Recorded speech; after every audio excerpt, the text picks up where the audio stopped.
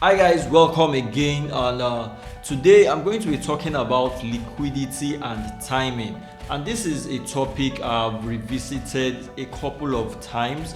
Some of my videos already explained that in terms of technicals. However, in this video, I'm going to be talking about the basics of liquidity, how it affects timing, and exactly how you can understand this concept, apply it to your trading, and improve your trading, and hopefully start turning some profit and definitely increase your win ratio. So firstly, let's talk more on the forex market in itself. So let's look at it from this perspective. This is a perspective so many forex traders tend to ignore. Now, firstly, the forex market is called a market because of one thing. Now, what is that thing that every market in the world has? And that is basically buyers and sellers. So every market in the world, whether it is a fish market, a car market, whatever kind of market it is, there must be buyers and there must be sellers. In other words, if you want to buy a product or a service, or you want to sell a product or a service, and there is no one willing to buy from you, or there is no one willing to sell to you, then obviously you cannot go ahead and carry out a transaction. Same applies in the forex market.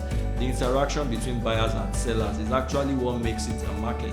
And let's not forget, the forex market trades about $5.3 trillion every day.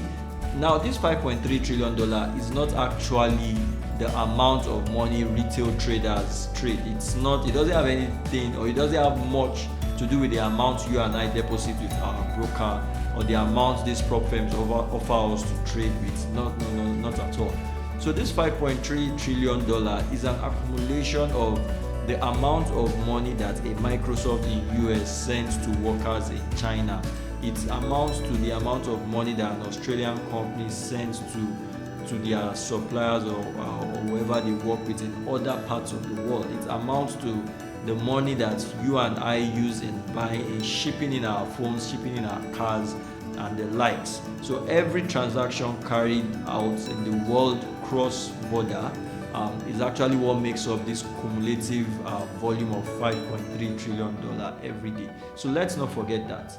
And secondly, let's understand that about 70% of the volume in the forex market, that is about 70% of this $5.7 trillion, actually moves or is controlled by just about 7 banks worldwide. You could go on Google and check that out, and you actually see the names of these banks.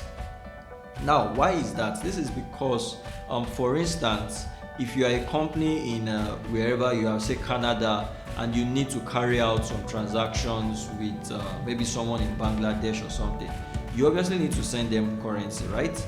However, okay, so let's say you're trying to transact with someone in Japan. Obviously, the person in Japan, the Canadian dollar is useless to them. So which means obviously you in Canada need to purchase the Japanese yen to actually carry out a transaction with the person in Japan, which means obviously you will most likely need a bank to help you with the conversion and to help you with the transaction. So this is why most of the money, most of the volume in the forex market flows through these 7 big banks, because most of those monies actually do flow through them. And you realize so many local banks actually have these bigger banks as their affiliate partners who help them carry out more international transactions. So this is why these particular banks get to control most of the volume. So that being said, if these banks actually control most of the volume, that means they know at what level they have the highest amount of orders to buy the euro, and they know at what level they have the highest amount to sell the dollar or to buy the dollar likewise. So which means for those of us retail traders on this side of the market, we are at a major disadvantage, because we don't know where the highest amount of buy orders are, neither do we know where the highest amount of sell orders are. What we rely on are technical patterns to actually take our own trades. So what this implies is, let's look at it on a typical scenario, right? If, let's say I'm a Citibank and I know I have say 50 billion orders to fill to buy euro at maybe 1.01 level. However, I have 50 million orders to fill euro at 1.1 level. Which price level would I rather want price to get to? Obviously, it is the price level that has 50 billion orders to be filled. So that is basically what moves the market. Where is there the highest amount of money? And this is what traders coin as liquidity. So one thing we need to understand is buyers in the market, in whatever market in the world, they want to buy at the cheapest possible price, whereas sellers always want to sell at the highest possible price. But one other factor we need to understand is, as a buyer, for instance, if you're someone who wants to buy umbrellas, right? If you know umbrellas are cheaper in dry season, wouldn't you prefer to buy your umbrellas at the cheapest price in dry season? In which case, the dry season is the best time and you are buying at the best price, which is the cheapest price. Whereas, if you are a seller, wouldn't you rather sell your umbrella in raining season at the highest price, since you know in raining season your goods are in higher demand, and then you can increase the price and make more profits? So that is exactly how it works. Buyers want to buy at the cheapest price possible and at the best time. Sellers, on the other hand, want to sell at the highest price possible and also at the best time. So this is what actually births that popular saying in the forex market: buy low, sell high. So this is basically it, just like it is in every other market. So now let's talk about time. When exactly is this best time that I'm talking about? So one thing we should understand is the forex market it's a cumbersome market. It's a wholesome market. The forex market is a wholesome market. Let me use that word. But the forex market is all about timing. Literally everything. I mean, this is the biggest market in the entire world, the biggest financial market in the entire world. And one thing you notice is, for instance, when someone dies, right? You usually see on the gravestone they write life and time of XYZ. So the truth is, life is actually time. So if the forex market is the largest in the world, it only makes sense for the market to leverage on time, which is literally life, right? I hope I'm making sense. I'm not preaching. This is still forex. So everything in the market actually has to do with time. In what way? Let's look at candles, for instance. In what time frames are candles represented? You realize it still has to do with time. You have the 5 minutes, 1 hour candles, 4 hour candles, monthly candles, and the likes. Candles are represented in what? Time. News releases in the markets, if you follow Forex Factory, you realize the news releases are always released at specific times, and in fact you can literally tell what time what news will be released, and you can plan ahead of time. Also, news has to do with time. So we've looked at candles in time, news in times, and then levels. So for instance, pairs like Euro USD, USD JPY, and the likes right now are hitting all-time highs. Why is it called all-time? Because we are still factoring it in time. And then you hear things like markets hitting 10-year lows, 5-year highs, and the likes. It is also priced in time. If you look at trading periods, okay, trading periods usually, when you talk about trading periods, you're talking about things like, say, weekly highs, daily highs, monthly highs, and the like. Trading periods are also in time.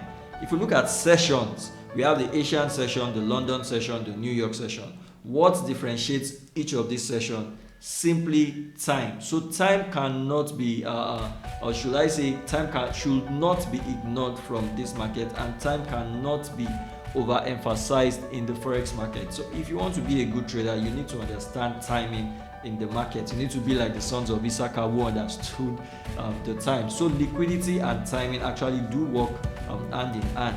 So how exactly does this now? Do they now work hand in hand? The truth is, price will like to move at the best time after filling the highest orders, whether it is the highest sell orders at the highest price at the best time, or it will rather move at the best time after filling the cheapest buy orders at the best time likewise. So now we've considered time. We've spoken about a little bit on liquidity and how it affects timing, right? I hope you're with me. So one fact we've come to establish is buyers would rather buy low at the best time possible. Sellers would rather sell at the highest price at the best time possible also. So now what exactly is liquidity, or how exactly does liquidity now factor into this time? So let's look at liquidity as like a train, right? If a train is scheduled to take off for, let's say, 4 p.m., you realize if the capacity of the train is, say, 500 people, as at 3 o'clock you might just have maybe 100 people who have already boarded the train.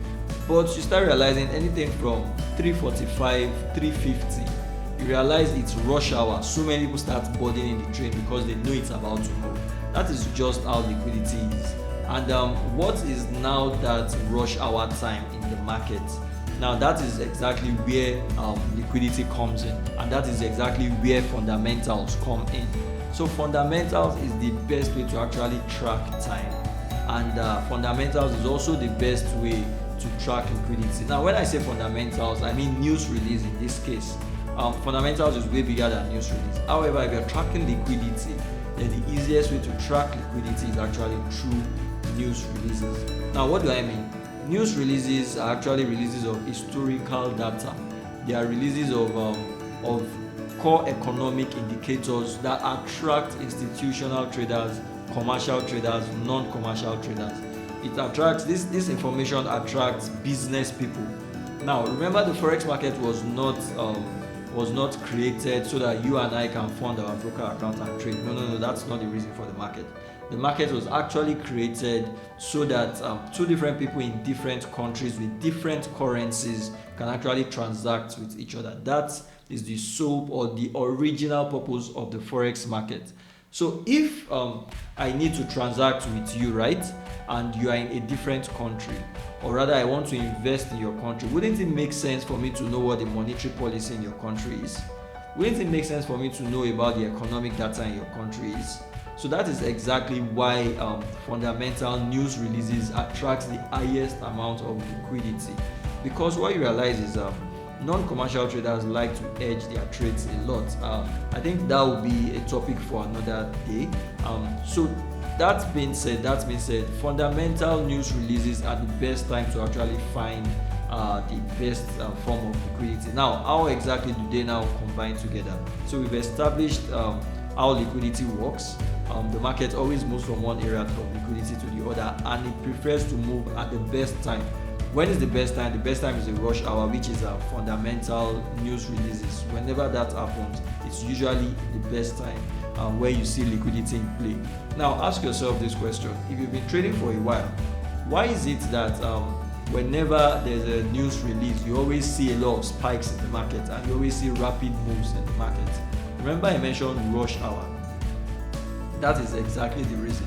There's a lot of money pumped into the market, and at that point price just wants to pick the highest liquidity and move on. So that is exactly what happens. So where exactly can you now find liquidity? Now before we go into that, let me explain something to you. Because you know the best time to find, or the best time when liquidity comes into play, or orders are being filled, or liquidity is being filled, is during fundamental news releases. That doesn't mean you should go ahead and start trading news. Trading news is actually very risky.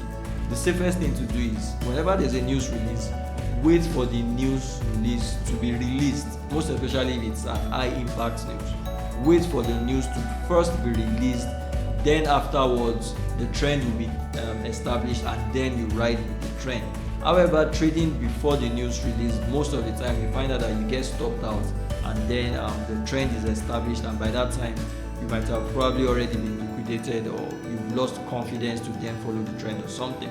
So that being said, where are the best places to find liquidity? Now remember, buyers will rather buy at the cheapest price, while sellers will rather sell at the highest price possible. So what prices attract the most amount of buyers and the most amount of sellers? It's very simple, guys. There are things everybody literally looks at: institutional traders, day traders, retail traders, everybody. Now these are the areas where you find liquidity. You probably need a pen for this. Daily highs and daily lows. So that means yesterday's high, yesterday's low is a very good area where you could find liquidity. And then in fact, if we look at an intraday model, session highs and session lows, that is London session high, London session low, Asian session high, Asian session low, New York session high, New York session low. Those are the best places to find liquidity. Weekly highs, weekly lows, monthly highs, monthly lows. those are also very good places to find liquidity. Yearly highs, yearly lows. So basically, high and lows of sessions, of the day, of the week, of the month, of the year, those are good places to find liquidity. Also, other areas that attract a lot of liquidity. So one of the things I tell my students is, if a price rejects us at a particular point, I'm interested in trading that point. If price comes back to retest that same point, it also is a good confluence for me. However, when price is retesting that point the third time, I'm wary of that point. So think of price like a glass, right? No matter how strong the glass is, if you keep hitting the glass at the same point, eventually it will give way. So that is just how price is. When you have areas of double tops, triple tops, multiple bottoms, those are likely prices where liquidity will be resting. So at those price points, imagine to yourself, imagine a support zone or a resistance zone that price has tested 3, 4, 5 times. Do you know how many traders will actually want to sell at that resistance? Or likewise as a support. So those kind of zones will rely on, there will be so many stop orders at that point, there will be so many limit orders, so many stop losses at that point. So it only makes sense for price to approach that point and then reverse. So guys, that's basically it. So liquidity is basically the best places where the highest amount of orders are resting, and that is highs and lows, and multiple highs, multiple lows. And you need to understand that literally everything in the market moves around time, and the easiest way to track this timing is through fundamental news releases, which are more or less like rush hours. So when you factor in liquidity, factor in the right timing into your trades. And let me leave you with this last tip, okay? The beginning and the end of a session is usually a false move. So it's more like, let's say you are given 5 minutes to sweep a room. What is the first thing you're going to do? You're going to want to stack the chairs and maybe move tables around so to create more space. So that is basically what session beginning and session endings does. Same thing Mondays and Fridays does. Same thing first week of the month and last week of the month does. And first month of the year, last month of the year does. It's basically a period where you have the most amount of fake moves to clear up liquidity to before the trend now starts. So that's it basically, guys. This is what I thought to share with you. If you need more trading tips, make sure to subscribe to my YouTube channel, and also importantly, make sure to join my Telegram channel where I do drop trading ideas and more trading tips, trading insights. And make sure every Monday I host the Path to Profit podcast. Now on this podcast, it's not just about Forex, but it's about creating multiple streams of income online from different other aspects, such as last week we spoke about affiliate marketing. The week before we spoke about how you can become a virtual assistant. So all of this happens on my Telegram channel. The link is just in the description box. Go ahead and join the Telegram channel, and catch you on Telegram, guys. Thank you so much for joining me. Have a great day.